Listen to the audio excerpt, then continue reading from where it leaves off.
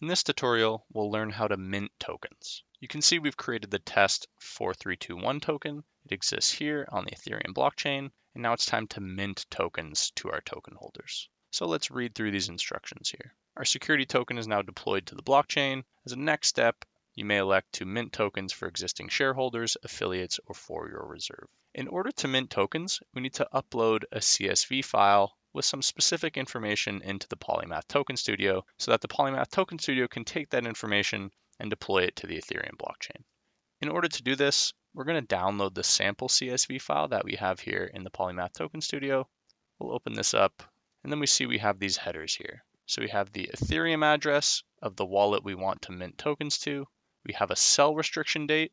So at what point can this specific Ethereum address sell tokens? Then we have a buy restriction date. So at what point can this specific Ethereum address buy tokens? We have a KYC and AML expiry date. So at what point must this address refresh their KYC information? And so on and so on. And finally, the number of tokens we want to mint to each address. So I'm going to paste in the information for my own token holders that I want to mint tokens to. And here we have it. I'll be minting tokens to 4 addresses, one of them being my own, ending in 2FA. I have sell restriction dates that I've placed in the past, so I'm not placing any sell restriction dates on my token holders. You may decide to do so based on recommendation from counsel, depending on the type of offering you're doing. I'm placing no buy restrictions on these holders because I'm placing that date in the past, and I'm requiring each address to refresh their KYC and AML information in 2020. You can make these dates individual. They do not have to all be the same.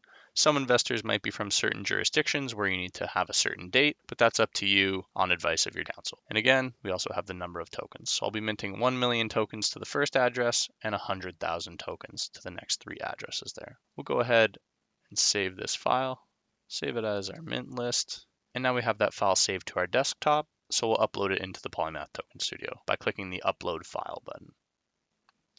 Here we go. Here's our mint list. We'll open it and we'll mint tokens. Before we proceed, make sure all the information is correct. We'll confirm.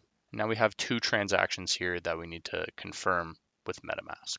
The first transaction is whitelisting addresses. So you saw that information that we had there with the buy lockup dates and the sell lockup dates and the KYC and AML refresh dates. In order to trade and even to hold a security token that's created through Polymath, each Ethereum address must be added onto what we refer to as the whitelist. So the way that I think about it, tokens created through Polymath, nobody on Earth can hold them until the issuer of that token adds their Ethereum address onto the whitelist.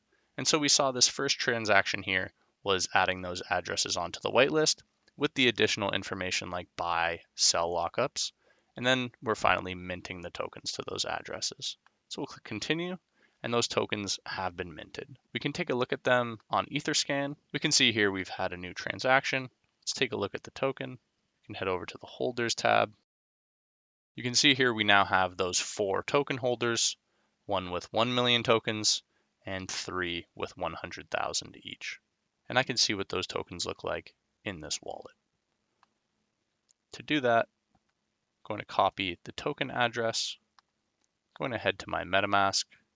I'm going to go to the menu, and I'll add a token. It's a custom token. We can see here if we paste the token contract address from the Ethereum blockchain, MetaMask recognizes, oh yes, I recognize this token contract address. That's the test 4321 token, and there's 18 decimal places. And we can now see that we have those 1 million test tokens in our wallet.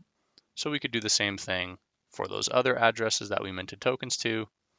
Those investors can do the same thing. Those affiliates can do the same thing. Those shareholders, whatever they may be, they can do the same process using something like MetaMask to view their tokens. That's it for the minting tokens tutorial.